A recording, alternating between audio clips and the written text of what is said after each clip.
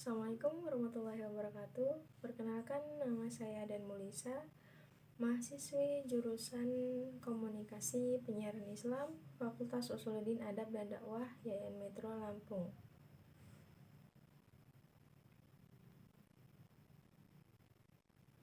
Di sini saya akan menyampaikan tentang materi media dakwah. Adapun media dakwah adalah yaitu alat yang dipergunakan untuk menyampaikan materi dakwah atau ajaran Islam kepada mad'u. Dengan banyaknya media yang ada, maka dai harus memilih media yang paling efektif untuk mencapai tujuan dakwah. Ada beberapa hal yang perlu diperhatikan pada waktu memilih media dakwah. Yang pertama, tidak ada satupun media pun yang paling baik untuk keseluruhan masalah atau tujuan dakwah. Sebab setiap media memiliki karakteristik mulai dari kelebihan, kekurangan, keserasian yang berbeda-beda.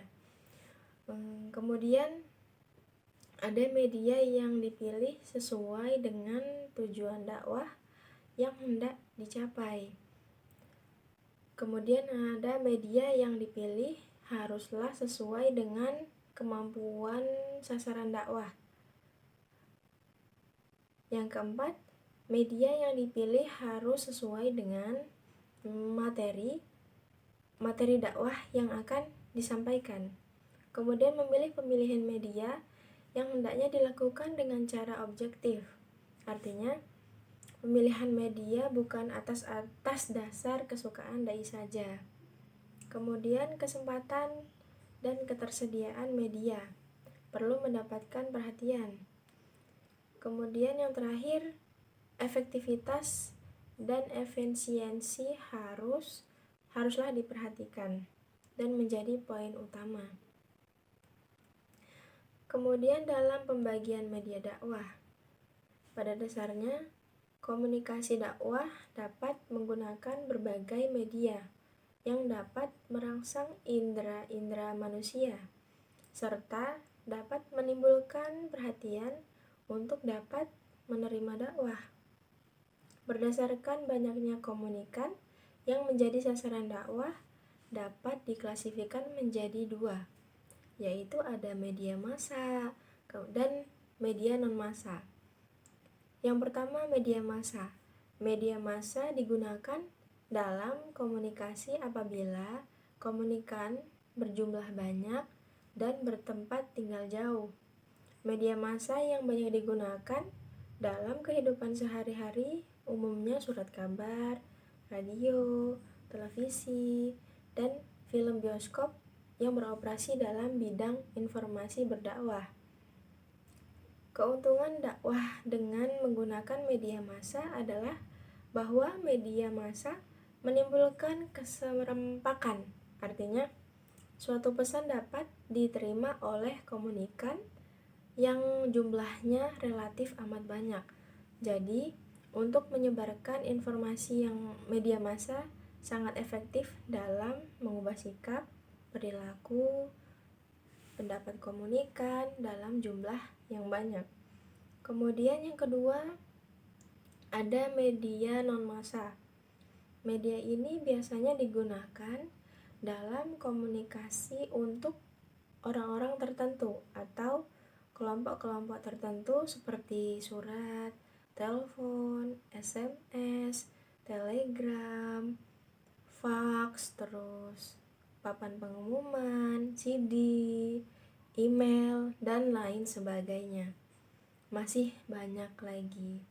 Semua itu dapat dikategorikan karena tidak mengandung nilai keserempakan dan komunikannya tidak bersifat massa.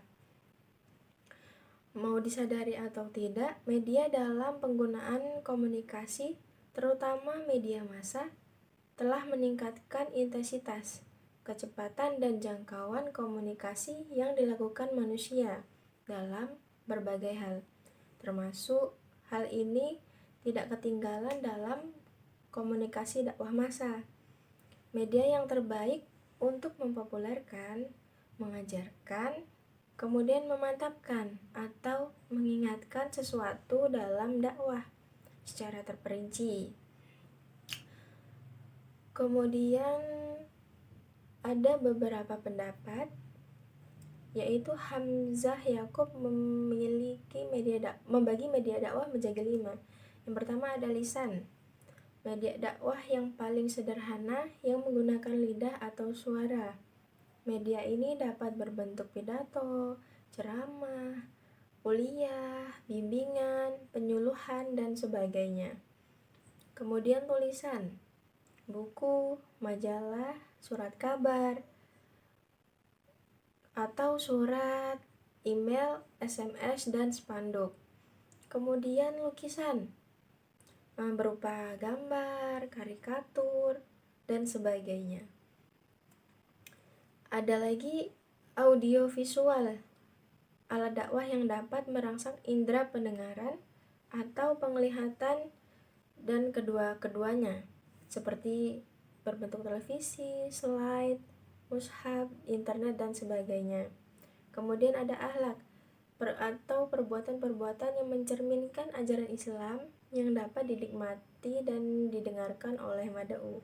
Sedangkan jika dilihat dari segi penyampaian pesan dakwahnya, dapat dibagi menjadi 3 golongan. Yang pertama, berbentuk ucapan, yang termasuk dalam kategori ini adalah alat yang digunakan mengeluarkan bunyi karena hanya dapat ditampakkan oleh telinga dan biasa disebut dengan media yang dapat digunakan dalam kehidupan sehari-hari seperti telepon, radio, dan lain-lain.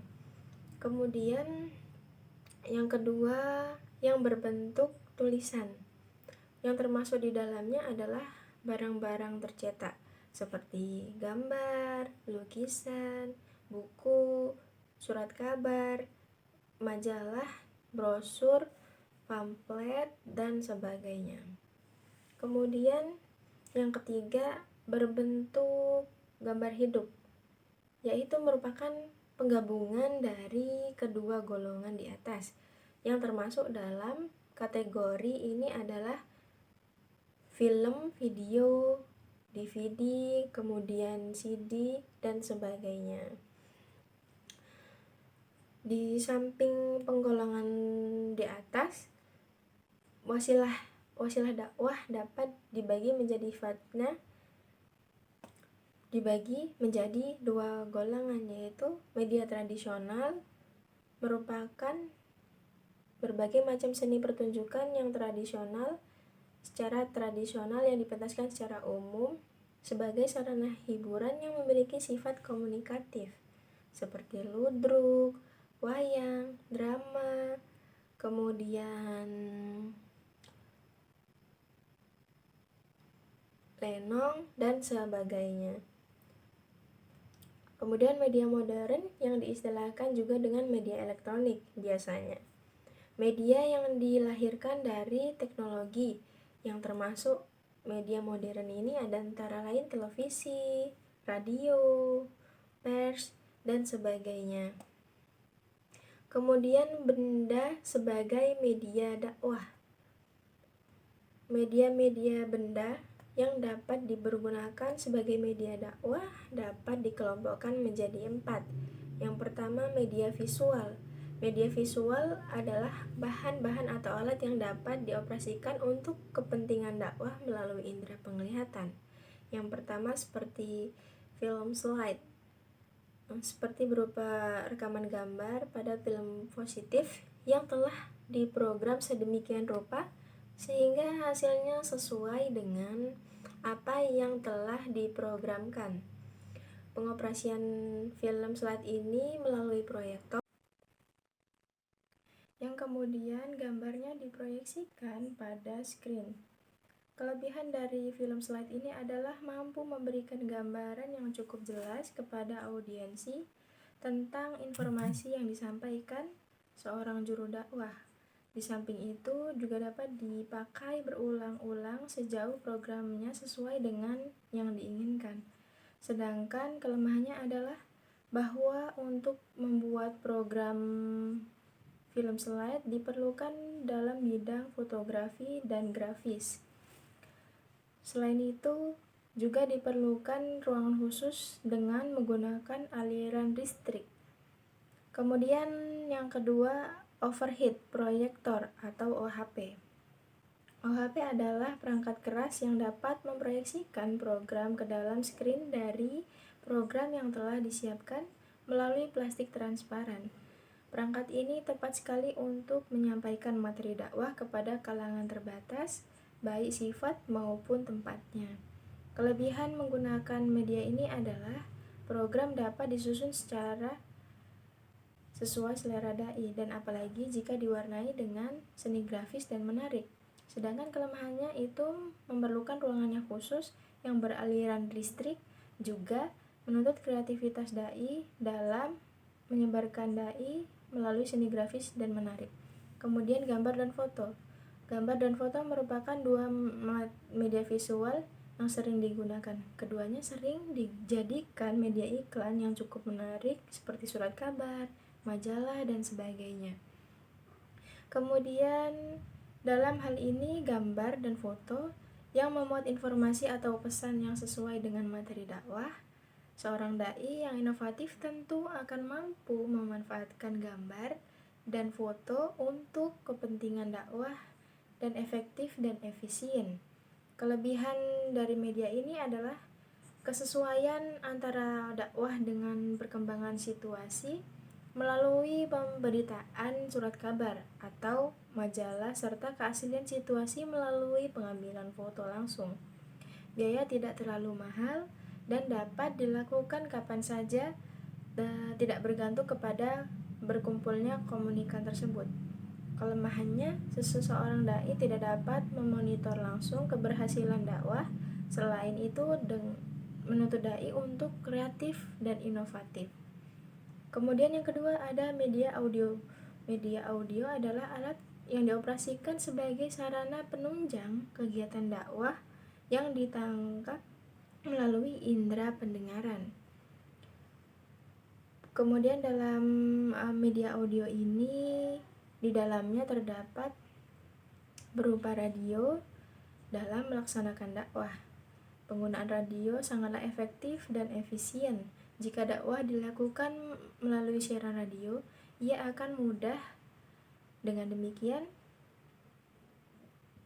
akan mampu menjangkau jarak komunikan yang tersebar. Kemudian tape recorder. Tape recorder adalah media elektronik yang merekam suara dan dari pita kaset yang telah diisi rekaman suara dan akan di-playback dalam bentuk suara.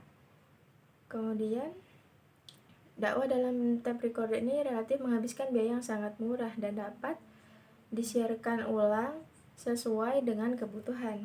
Di samping itu, dai juga dapat menerangkan program dakwahnya di suatu tempat dan hasil dakwahnya dapat disebarkan di suatu daerah. Kemudian yang ketiga, media audiovisual. Di dalam media audiovisual ada beberapa media penyampaian informasi yang dapat ditampilkan unsur gambar dan suara secara bersamaan pada saat mengkomunikasikan pesan dan informasi. Ada televisi. Di beberapa daerah, terutama di Indonesia, masyarakat banyak menghabiskan waktunya untuk melihat televisi. Kalau dakwah Islam dapat memanfaatkan media ini dengan efektif, maka secara otomatis jangkauan dakwah akan meluas dengan yang ditimbulkan. Kemudian film digunakan sebagai media dakwah, maka harus diisi visi misi dakwah adalah naskahnya, diikuti skenario, syuting, dan aktingnya. Memang membutuhkan keseriusan dalam waktu yang lama membuat film sebagai media dakwah, karena di samping prosedur dan prosesnya yang lama dan harus profesional juga dan memerlukan biaya yang cukup besar. Namun dalam media film ini dapat menjangkau berbagai kalangan. Kemudian ada internet. Dengan media internet, dakwah dapat memainkan peranannya dalam menyebarkan informasi tentang Islam ke seluruh penjuru dengan keluasan akses yang dimilikinya tanpa adanya batasan wilayah, kultur, dan lainnya. Itulah beberapa materi yang dapat saya sampaikan tentang ilmu dakwah yang mengangkat materi media dakwah. Kurang lebihnya saya mohon maaf. Semoga materi yang saya sampaikan dapat bermanfaat bagi pendengar. Wassalamualaikum warahmatullahi wabarakatuh.